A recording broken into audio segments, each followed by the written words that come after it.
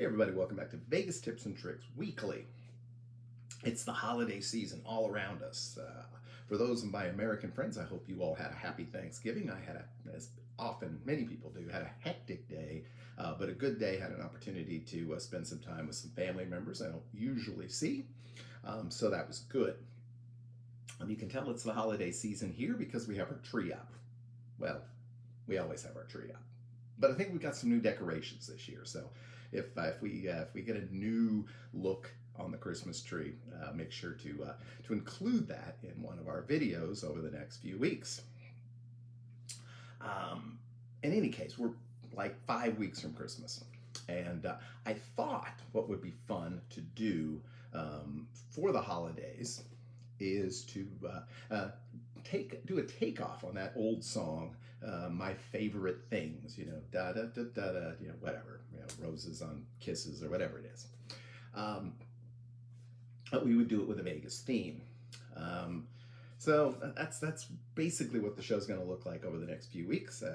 Hopefully, we'll have a little more time to put some of these shows together, and if we do, we'll try to insert some snapshots, some video footage here and there where we can. But as you can see today, we're still trapped in the bedroom and just talking to you. We're still on the Bud Zero, which I think is actually pretty good. It tastes like beer, but it's not. So I think we have 5 days left in the month. So it's 5 days left in No Booze November, and then so what, that'd be Friday. Hey, next Friday, probably have a few cocktails, and maybe I'll do that and then make a video. That's always entertaining, or at least random. Okay, so the first episode of the My Favorite Thing series is going to discuss drinking, actually. I'm going to talk about some of my favorite bars in Las Vegas. When I say bars, I'm not talking about really sort of classy joints. There's some great sort of craft cocktail sorts of places, that, I don't know, they're flying in, exotic ingredients from halfway around the world, and they're making you this cocktail that smokes and costs $25. No, I'm not really talking about that. I'm talking about some of my favorite places to hang out and drink, and normally gamble as well. Though I guess that's not universal if I sort of think through this. But I think pretty much every bar I'm going to discuss has machines, so you could play at all of them. And of course, as always, I want to welcome your feedback and ask what you think are some of your favorite, well, you should know, shouldn't you? Some of your favorite bars in Las Vegas and why. And of course, you are not bound by my low-rolling restrictions. You can pick out any bar if you've been to some really cool places that you'd like to recommend. Again, be happy to hear about that. Maybe I can check them out someday. I know there's a number of kind of cool places on Fremont East, and really some really good bars like that. But that's not what we're talking about. We're talking more like video poker bars and so forth.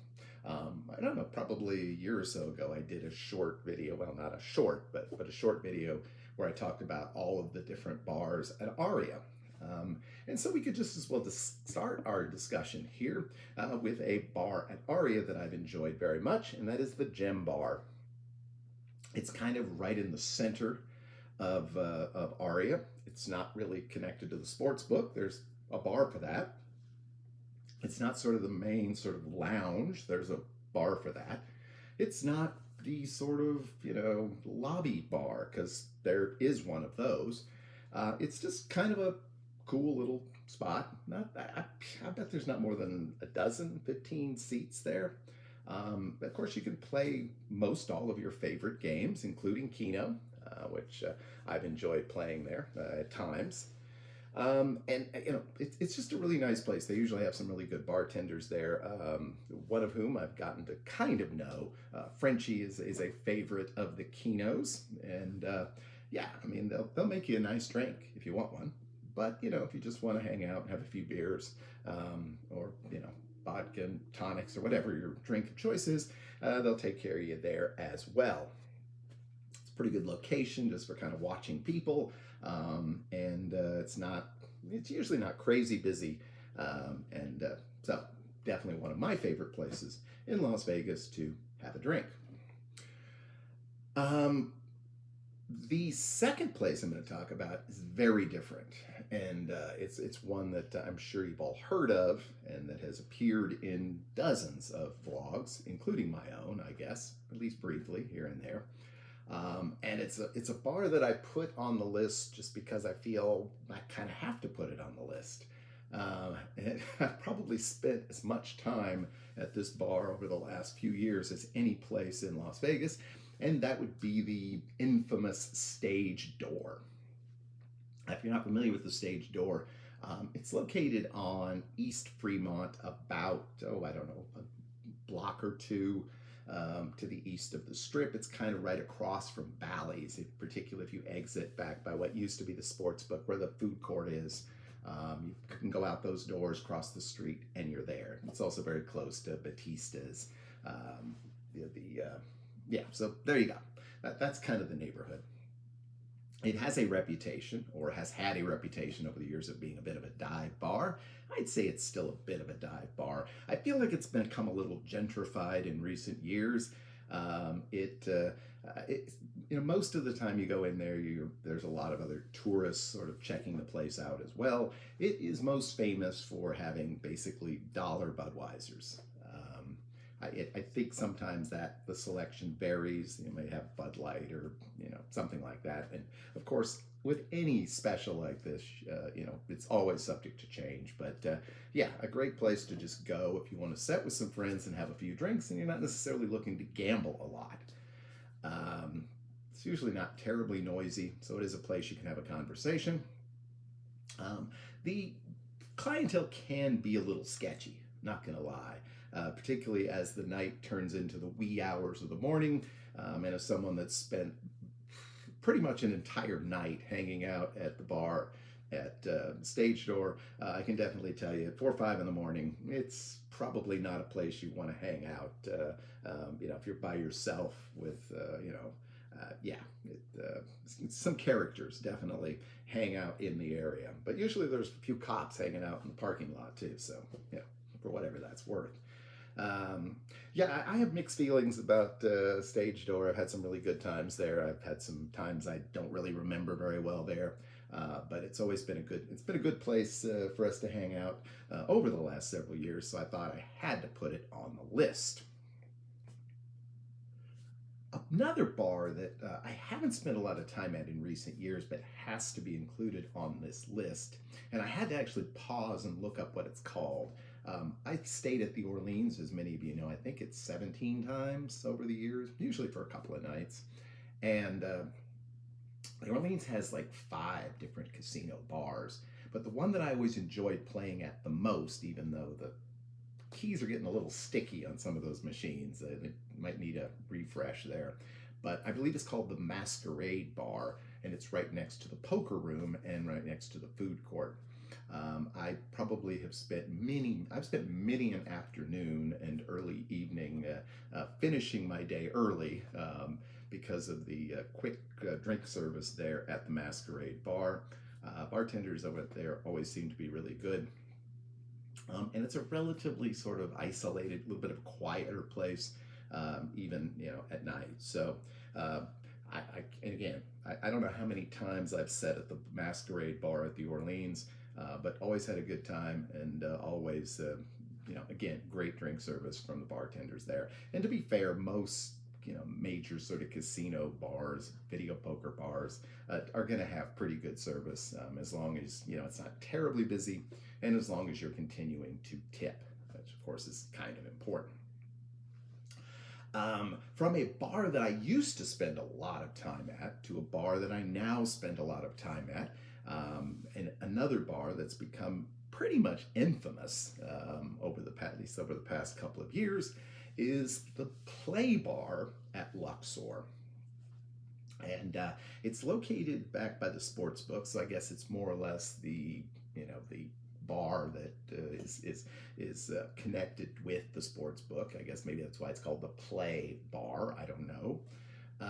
But it kind of just sits there in the back of the property. It usually isn't that busy. Usually, I think they start serving people around 10 o'clock in the morning, 10, 11 o'clock or so, I guess, depending upon the day. And it's usually just a really good place to hang out. And if you're tipping, the bartenders there are usually great.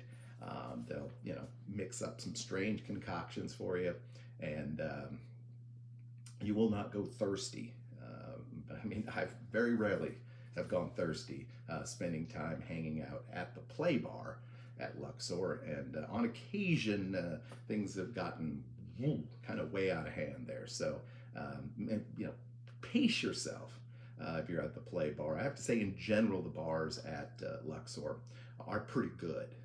In terms of, in general, there's like 4 or 5. There's the Aurora Bar, which I think is right next to the registration area.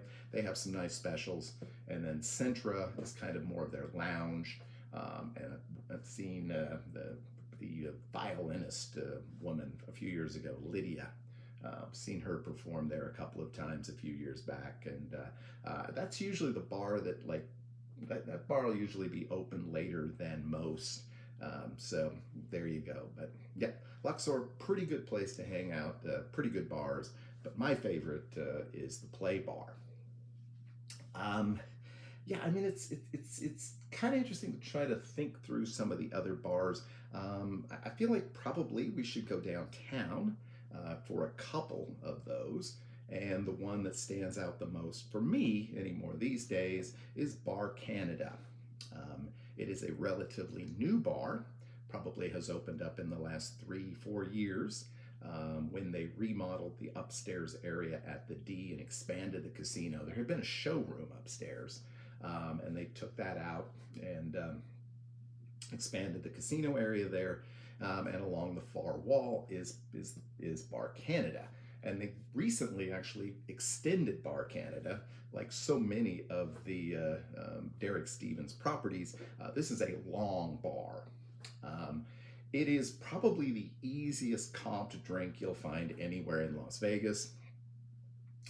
The bartenders are usually very attractive young ladies, and they do not mind serving you and perhaps over serving you at times, as long as you're making some pretense of gambling. And the games at the bar are not particularly good, so if you do decide to gamble, you'll probably lose, but you'll have a good time doing it. And it does have a Canadian theme. They do offer, for example, my buddy Mark's favorite drink, the Bloody Caesar, as well as some Canadian beers. I know I've occasionally partaken in Labatt's when sitting there at that bar.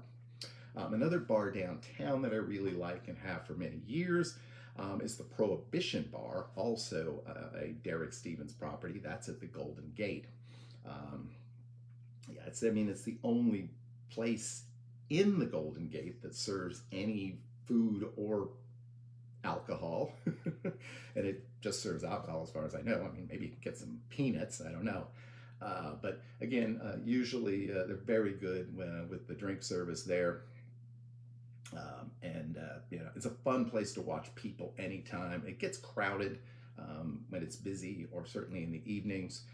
But a lot of people wander in and out of the Golden Gate. And so the Prohibition Bar is a really good place to hang out and enjoy the views of downtown Las Vegas.